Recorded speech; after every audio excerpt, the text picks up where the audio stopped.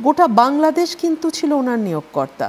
আমরা আজকে যে জায়গায় এসে দাঁড়িয়েছি, এখানে আমরা একটু একটু করে গত 10 মাস ধরে এগোতে এগোতে আজকের এই জায়গাটা এসে দাঁড়িয়েছি। ডক্টর ইউনূসের উপরে সবচেয়ে বড় যে দায়িত্বটা ছিল সেটা হচ্ছে বিভাজিত, খণ্ডিত একটি জাতিকে ঐক্যবদ্ধ করা। গত 15 বছর আমরা শুনেছি একটা দল রাজাকার দল, আরেকটা দল হচ্ছে মুক্তিযুদ্ধের দল। একটা দল মুক্তিযুদ্ধের বিপক্ষ শক্তি, মুক্তিযুদ্ধের চেতনা ধারণ করে না, আরেকটা দল মুক্তিযুদ্ধের পক্ষের শক্তি, কেবলমাত্র তারাই ৭১কে ধারণ করে। এই যে একটা বিভাজিত, তীব্রভাবে বিভাজিত জাতি, এই জাতিকে ঐক্যবদ্ধ করবার দায়িত্ব ছিল ডক্টর মোহাম্মদ ইউনূসের।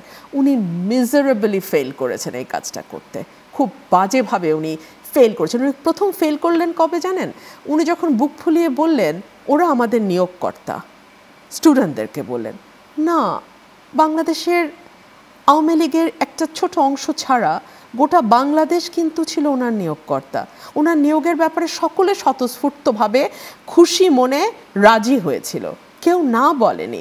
সুতরাং উনি একটি গোষ্ঠীকে যখন আলাদা করে ফেললেন, তখন কিন্তু সর্বত্র মানে একেবারে ডাউন দ্য লাইন সবার কাছে মেসেজ চলে গেল যে ওই গোষ্ঠীটি রাজার প্রিয় পাত্র, ওই গোষ্ঠীটিকে রাজা সমঝে চলেন, ওই গোষ্ঠীটি যাচ্ছে তাই করেও পার পেতে পারে। এবং তারপরে ধীরে ধীরে আমরা কি দেখলাম, এই যে আজকে আমাদের তদবির বাণিজ্যের কথা হচ্ছে, আজকে আমাদের ৩০০ কোটি টাকা পিএসএল লোপাটের কথা হচ্ছে, কিংবা আজকে মবক্রেসি নিয়ে যে আলোচনা হচ্ছে, এগুলো হচ্ছে সেটার ধারাবাহিকতা।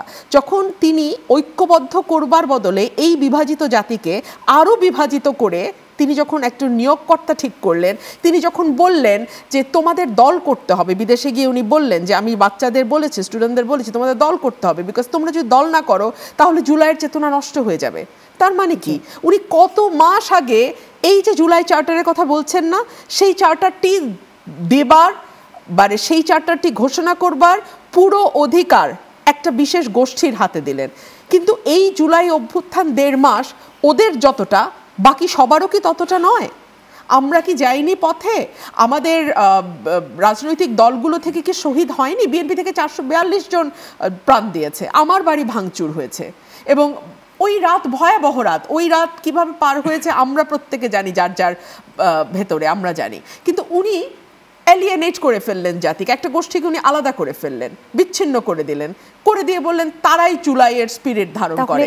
যার কাছে তার মানে ছিল ঐক্যবদ্ধ করা। ৭১ যেমন বিশাল ব্যাপার, জনযুদ্ধটা চলে গেল একটি গোষ্ঠীর কাছে, এক্স্যাক্টলি সেম মিস্টেক করলেন ইউনূস, এবং তিনি এটা তুলে দিলেন একটা গোষ্ঠীর হাতে।